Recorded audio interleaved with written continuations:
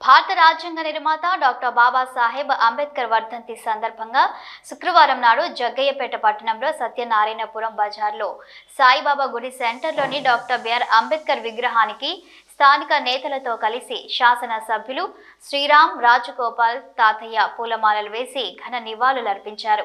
ఈ సందర్భంగా ఆయన మాట్లాడుతూ భారత రాజ్యాంగ శిల్పిగా, ప్రజాస్వామ్య పరిరక్షకునిగా, సంఘ సంస్కర్తగా, న్యాయ శాస్త్రవేత్తగా కీర్తిగాంచిన మహామేధావి డాక్టర్ బిఆర్ అంబేద్కర్ భారతదేశానికి ఎనలేని సేవలు అందించారని తెలిపారు.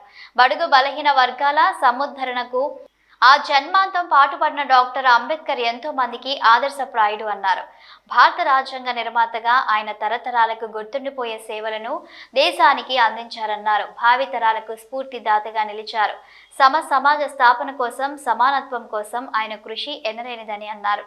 ఆయన చూపిన బాటలో చేసిన బాసతో నిరంతరంగా ముందుకు సాగాలని అన్నారు. ఈ కార్యక్రమంలో కూటమి నాయకులు పాల్గొన్నారు.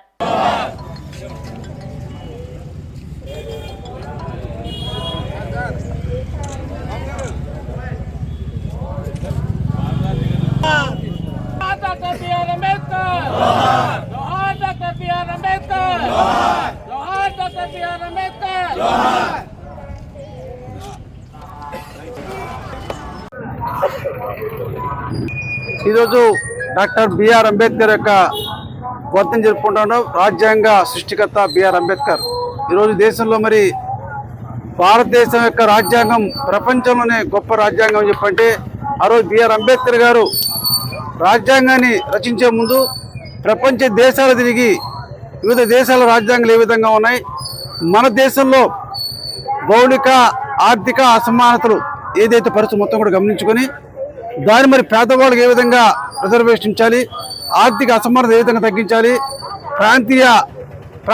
ప్రాంతీయ విభేదాలు కూడా రాకుండా, కుల మతాల విభేదాలు లేకుండా అందరినీ కూడా సమానత్వంగా చేసే విధంగా రాజ్యాంగం సృష్టించారు. బిఆర్ అంబేద్కర్ చెప్పిన మాట జరుగుతుంది, సమీకరించు చైతన్యపరచు పోరాడన్న మాట. ఈరోజు చూస్తా ఉన్నాం, ఏదైనా విషయాన్ని సాధించాలని చెప్పంటే దాన్ని సమీకరించాలి, వాడు చైతన్యపరిచి ఆ తర్వాత పోరాడాలని చెప్పి అంబేద్కర్ చెప్పిన మాట. అంబేద్కర్ నిజంగా ఈరోజు పేదవాళ్ళు ఎంతోమంది ఉద్యోగాలు చేస్తూ ఉన్నారంటే ఆ రోజు రిజర్వేషన్ కేటాయించబట్టి ఈరోజు బిఆర్ అంబేద్కర్ యొక్క రాజ్యాంగం వల్లనే ఎంతోమంది ఉద్యోగాలు సాధిస్తూ ఉన్నారు. మరి ఇటువంటి అంబేద్కర్ గారిని మరి ఎప్పుడు కూడా స్మరించుకుంటూ వారి యొక్క అడుగుజాడలో నడవాల్సిన అవసరం ఉంది. అటువంటి మహనీయుడు భారతదేశానికే కాదు ప్రపంచంలోనే గొప్ప మహనీయుడు అటువంటి బిఆర్ అంబేద్కర్ యొక్క వర్ధంతి జరుపుకుంటాం. ఇక్కడ వచ్చేసి అందరికీ కూడా ప్రత్యేక ధన్యవాదాలు తెలియజేస్తాము.